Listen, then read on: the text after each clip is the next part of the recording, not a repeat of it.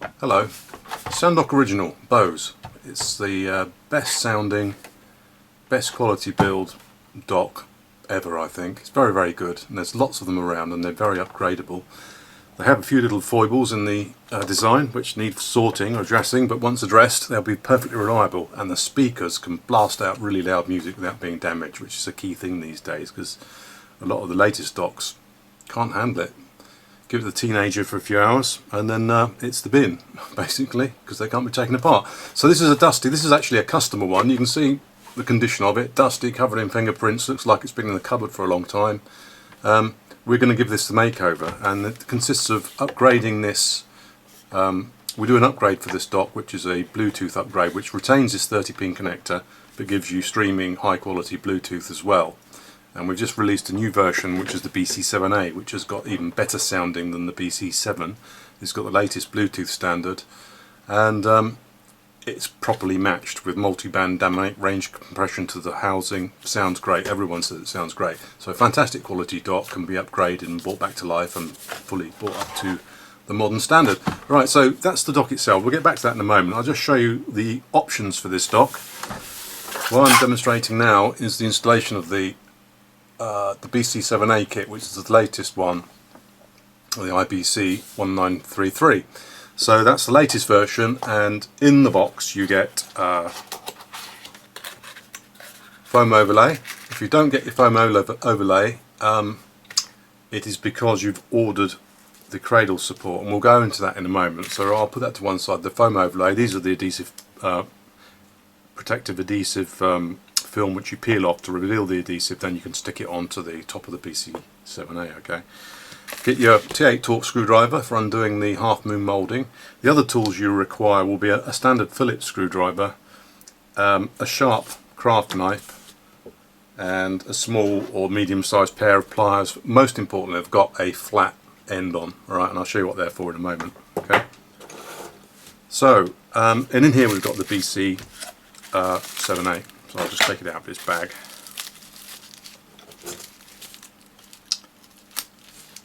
Handle it with care, gently. Okay, so there's the controller itself. You can see you've got the 30-pin, a brand new 30-pin connector, the electronics, volume controls as before, and underneath is the Bluetooth module. Alright, so that's a fully certified Bluetooth module, and when you put it down, when you're handling this, be careful. When you put it down flat on the surface, always make sure there's some padding underneath. Otherwise, some of these delicate components can get broken off on the Bluetooth module. And certainly don't throw it around or chuck it about.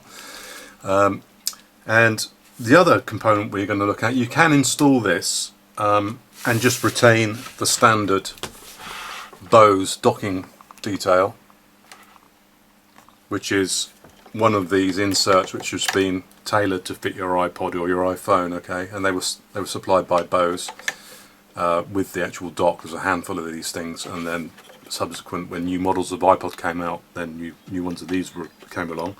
Or you can fit our cradle support upgrade, which does two things really. The addition of the foam pad. This is a bit dusty, this one's just a sample. With the pad installed, you've got the backing for, if I get it in there, you can see the pad pushes through and installs through the back and holds it in place. And there you have a rest for your iPod, okay, or your iPhone. And this is a standard part which fits in, and actually has the added benefit of clamping the actual connector to the board, so it actually makes the connector quite a bit stronger having this installed. Okay, so after I've done the standard installation without this, I will show you the installation with this. And one other point to think about is that there is a light pipe in the base of this here, which will allow the LED indicators on the board, these two indicators. I just place that on top of there like that.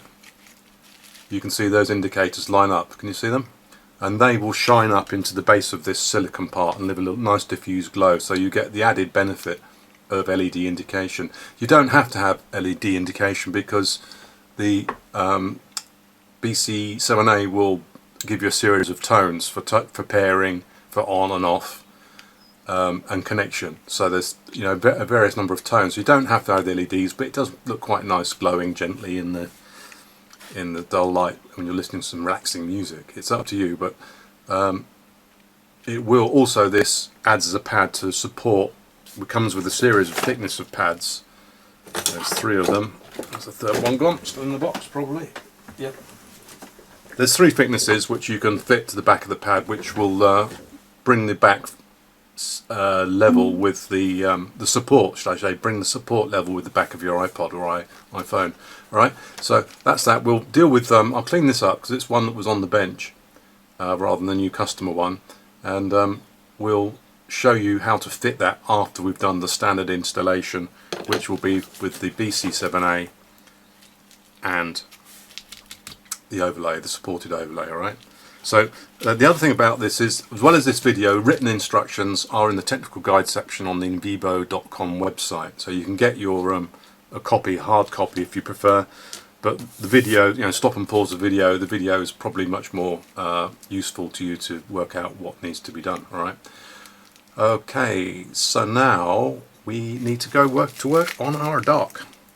First thing I'm going to do is, because just remember how dirty and dusty and horrible this thing is, I'm just going to give it a rudimentary clean, just get rid, so I'm not working in a dusty environment.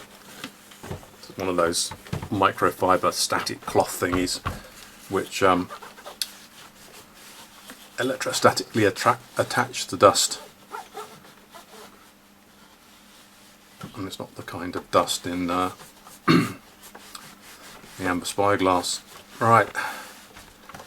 Okay, so she's clean enough. Right, so the first thing we can do, I'm just going to break and find myself my Posi-drive screwdriver, because it does seem to have deserted me. Oh, there it is. No, well, we're running still. Yeah, so the first thing you want to do is turn the dock upside down, hold it like that, and undo these screws a couple of turns, okay, each.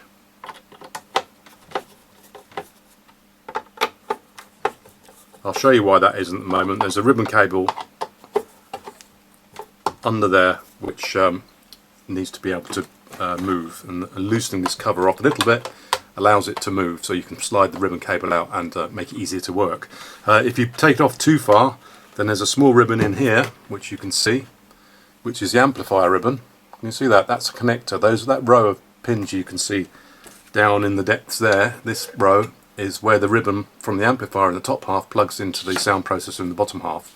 And if you undo those screws too far and pull that ribbon will come out, which makes the installation somewhat more complicated. It's not the end of the world, but it turns a 5-minute job into a 10-12 minute job, so avoid that if you can. So only undo those 4 crosshead screws by maximum a couple of turns each. Right, so now switching our attention to this, we call this the half moon moulding, and that's held in position with 3 small T8 Torx screws, and that's what the screwdriver is for. So you undo them fully. Often they just come out on the end of the screwdriver, so we can put them in the box probably, so we can store them in the box to make sure we don't lose them. We can supply new ones, but you'd be surprised how many customers lose the screws, or when we get inside you'll see the rubber cushioning grommets as well, they get lost. And it's easier just not to lose them, isn't it, folks? So do it on a flat surface and take it easy. I'm holding it vertical with my left hand. Clearly I've got protection on my table, my bench. It's kind of a felty purple thing. If you're doing this at home, then put some cloth or a towel underneath it to stop you scratching, because very fine scratches do show up in direct light. So you might as well not damage the dock, because when you've polished it, when you've finished it, it should look like pretty much like a new piece of kit. Right, so anyway, this is now loose to come forward, so let's pull it out. There we are, so we can flip that over on the top. I'll let that down on there, and then we'll have a look what we've got. So we've got the 24-way ribbon cable, the umbilical cable between the back sound processor and the front dock electronics, the docking board in this case. You can see the 2 volume buttons there. See them? There they are. And what you can do is just grab this, hold that in place there with that finger, shove that finger in there to hold that, stop it coming out of there, and just pull this forward gently to give you a little bit more. There you go, you can see the ribbons come out. It's folded back on itself, so it goes down, round the 180-degree bend, back up and into there. So we just need a little bit more to work with so that we can get hold of it there. And to disconnect this, I'm holding the ribbon cable, I'm pinching between my thumb is underneath, pinching on there, holding it, and I'm pressing backwards so that we can't pull the ribbon out any further. If you pull it out, again, it's a little bit more complicated well, it complicates the process, should we say, right? So I'm holding that, you can see my thumb under there. I'm holding it back that way, and I'm just going to pull this and it comes off, alright? So while we're at it, we'll have a quick look at this. Okay, I'm trying to hold it still for you. Can you see that? Lovely ribbon cable, 24 beautiful bright connectors, tin plated, all shiny, all in position, all lined up. They're not folded, falling off or corroded. If you've had a drink spill, you'll find they'll be blackened and corroded, in which case you shouldn't plug the thing in. Again, just call us and ask us for a spare ribbon. We've got spares in stock and we can supply them for you, and you know, just the charge of postage really. So just make sure your ribbon is good. Can you see the scratches on that ribbon where the connectors have been pushing down onto the contacts? A nice row of bright, shiny 1mm spaced contacts. That's what you want to see. So have a close look at your ribbon cable, because if there's any damage to it, or corrosion, or blackness, or bits falling off, or not all straight, it's going to cause you grief if you plug the thing back in or try and plug it back in. Alright? So here's the 24-way ribbon connector on the BC7. There's a dock connector, and ours is a slightly different version to Bose. The Bose one has sprung-loaded contacts which just push down as you push in, so you've got quite a lot of force to actually push the ribbon cable in, and also quite often, or not always often, but there is a danger of damaging the contacts. Okay, the later version actually it's got this locking bar. There's a bar in here which slides forward into the connector once you have placed the ribbon cable and clamps it. So it's an active clamping system. It's called a zero insertion force connector. And if I just push the locking bar out, okay, so there's the locking bar out, and what you do is now the ribbon cable will slip in easily, and then you just press those locking collars in, one side then the other. Make sure both sides are in. We've had customers send back dock after upgrade because they can't get them to work, and we've just discovered that the locking bar hasn't been fully engaged. So make sure you fully engage your locking bar after you've plugged the ribbon cable in.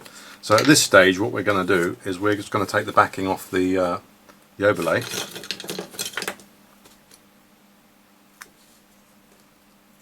Okay, so peel one piece off.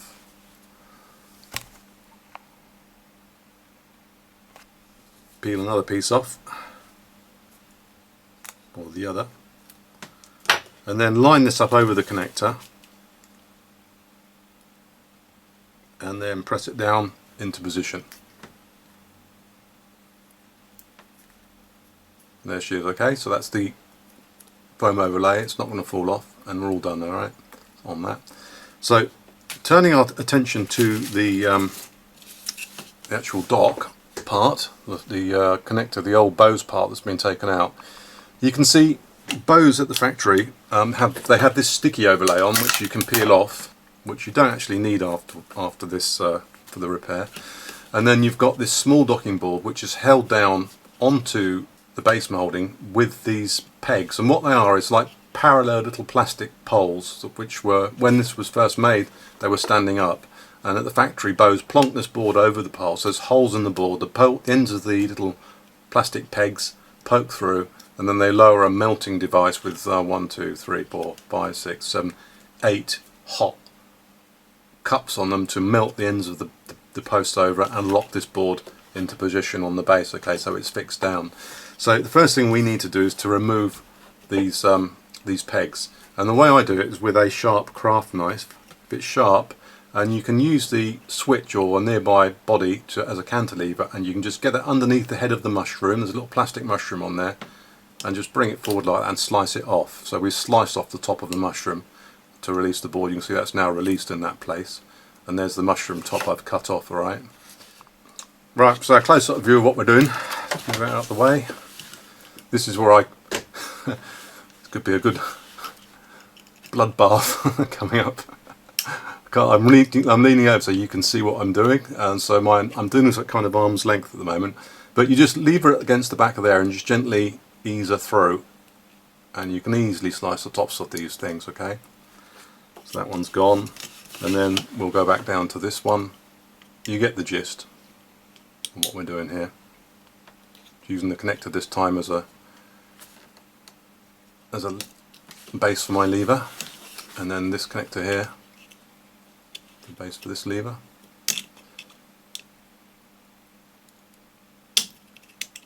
Okay, so that one's gone. And then we've got to do this one here, again, underneath the edge of the mushroom. Put the knife down, slice her off. So you can do this without any trauma. Keep your fingers clear. Keep everything clear. So it takes virtually no force if you do it the approved method. The improved INVEBO method, it's prescribed. And there we go, there's that one gone. And then finally this one up here. Right, so all our mushrooms are gone. You can see them, there's one there, look. That mushroom in here. So let's go up. Up, up, up, up, up. And then we can just lift this board off. Alright, so if you read the instructions, you can see these pegs. Can you see those pegs? You can. Most magnificent. So you can see they're all parallel. If they've still got remnants of stuff stuck on the top, like that one has, you might need to give them just a little trim up the sides, because you want them to be standing up straight and you want them without any sort of burr, if you want to call it that, on the top. Sometimes they come back with a, they're squished into the hole, and that one there, for example, can you see that one? Can you see that? There. It's got a bit of a, but it comes off easily, look, see? There you go, and that's round again. So you want all your pegs standing up nicely without any sliding to the side. If they're sloping over, you're going to have to straighten them up. You're going to have to do a bit of whittling. Generally they come off just like that, okay?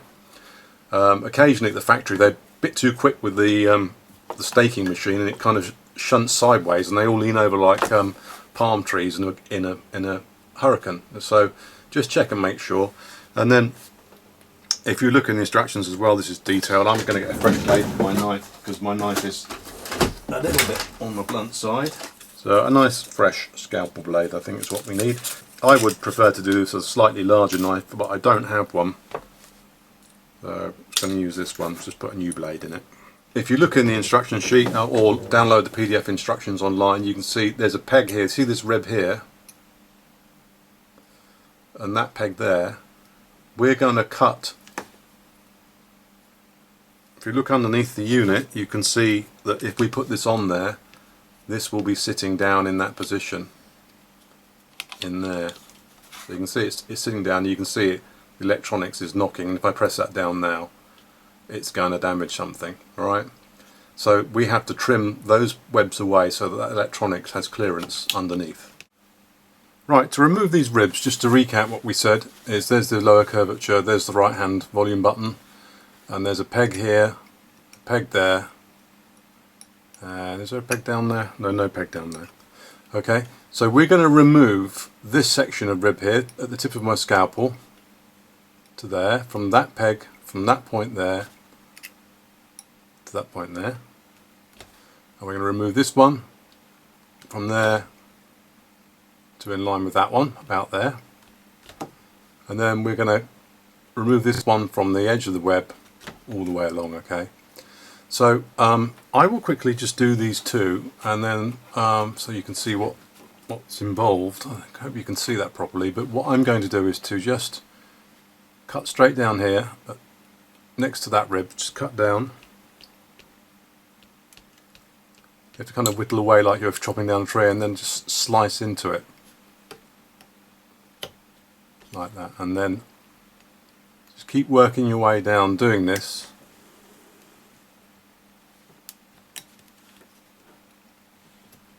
until you reach the actual flat level surface of the upper part of that moulding there. Okay, so we've got a slot all the way down to the base moulding now. So we've carved that away. You can see that slot I've put in there. I can just tidy up the edge after I've removed it. So you take your pliers, and you flatten those pliers, and you grasp the rib like so.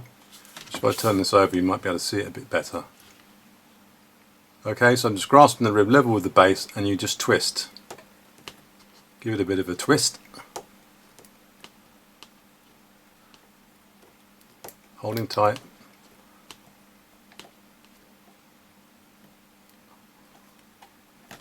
And the rib is removed, okay? So that's that one done.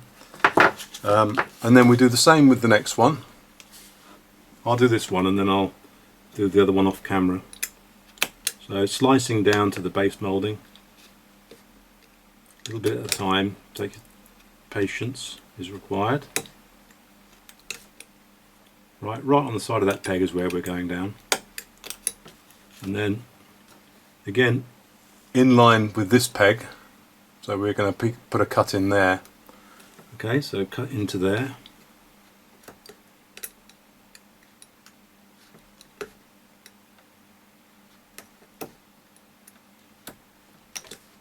All the way to the base again once more.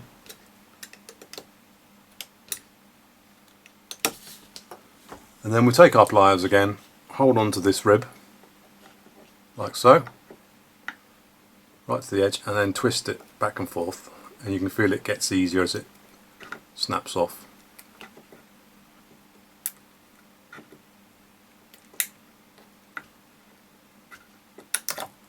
Okay, so that rib is now removed. Now I have to do the same thing with this one up here, but I won't do it on camera. You can trim off any extra bits that haven't come off properly. Anything actually sticking up to affect the electronics. Okay, so I'm going to do the third one off camera, otherwise it's going to bore you, and I'll come back when it's done. There you go, so this is what you've done. Remove these 3 ribs, okay, and you can see they're flat. It's a little few scratches from a knife. A better, longer, bigger knife would have been better, but they are flush. We've still got our peg here and here, or there and there. And yeah, we've got a clear run now, so if we take the BC7, there's the electronics that's got to clear in the space. We just drop it down over these pegs gently. You can see there's a hole, there's a peg down here. If we just line that up with there, drop it on, drop on the other end. So the ends, you can see the hole through the peg. We stuck the overlay on. And then if we look down in here, you can see the electronics is totally clear. There's nothing pressing on the electronics, it's got space. And you can see this web here, see that web in there, is sitting on the board. So the board, the upgrade board and the web is in contact. You could see that if this was sitting too high like that, then the button would be pressed by the volume control and you'd have permanent activation of one or the other, or intermittent activation of your volume controls. So you need to make sure it stays put and it stays pressed down onto these webs, and there is no gap. You can see that gap there would be unacceptable. They are flush, sitting down on the actual webs themselves, alright? I'm talking about in here. Alright, so holding that together, I'm just going to take the camera off zoom. We then take our dock, and I'm just going to rest it on there so you can see what's going on. Alright, so here's our shiny nice ribbon cable. A little bit further, and here's our BC7 sitting on the moulding. Right, so what you do is you take your board and you push these connectors out, this locking bar out, I should say, of the connector. You push this locking bar out of the connector till it's fully disengaged. You then take the end of your ribbon and slide it into the hole.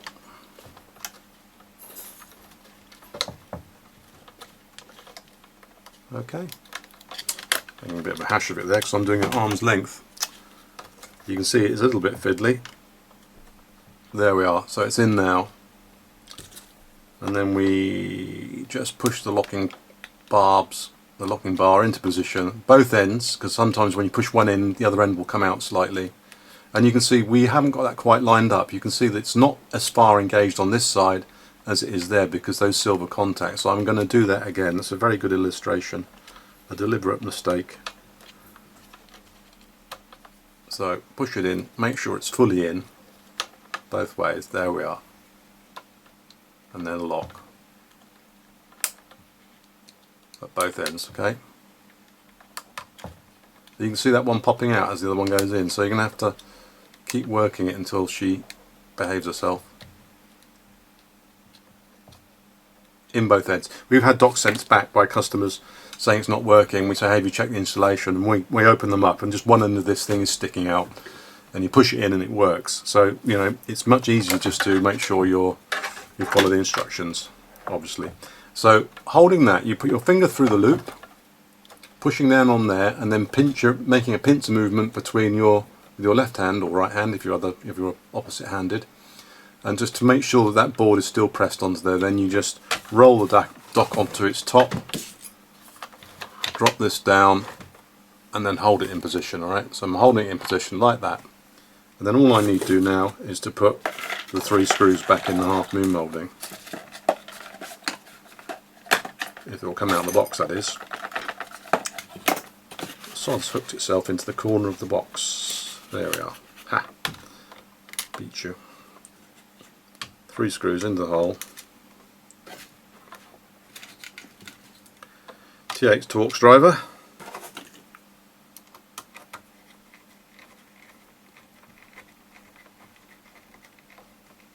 All the way in. Nice and tight.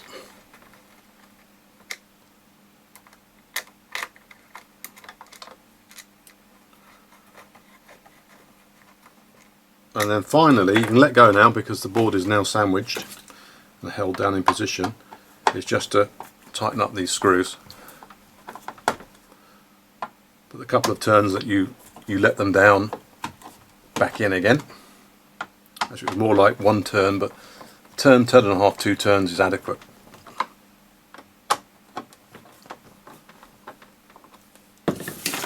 Okay, so now it's all fixed back together. Note that this end is rubber mounted, so that's not broken or dislodged. That's designed to be like that. The reason for that was to absorb the vibration from the dock. It's a 38 watt or 36 watts RMS amplifier in here.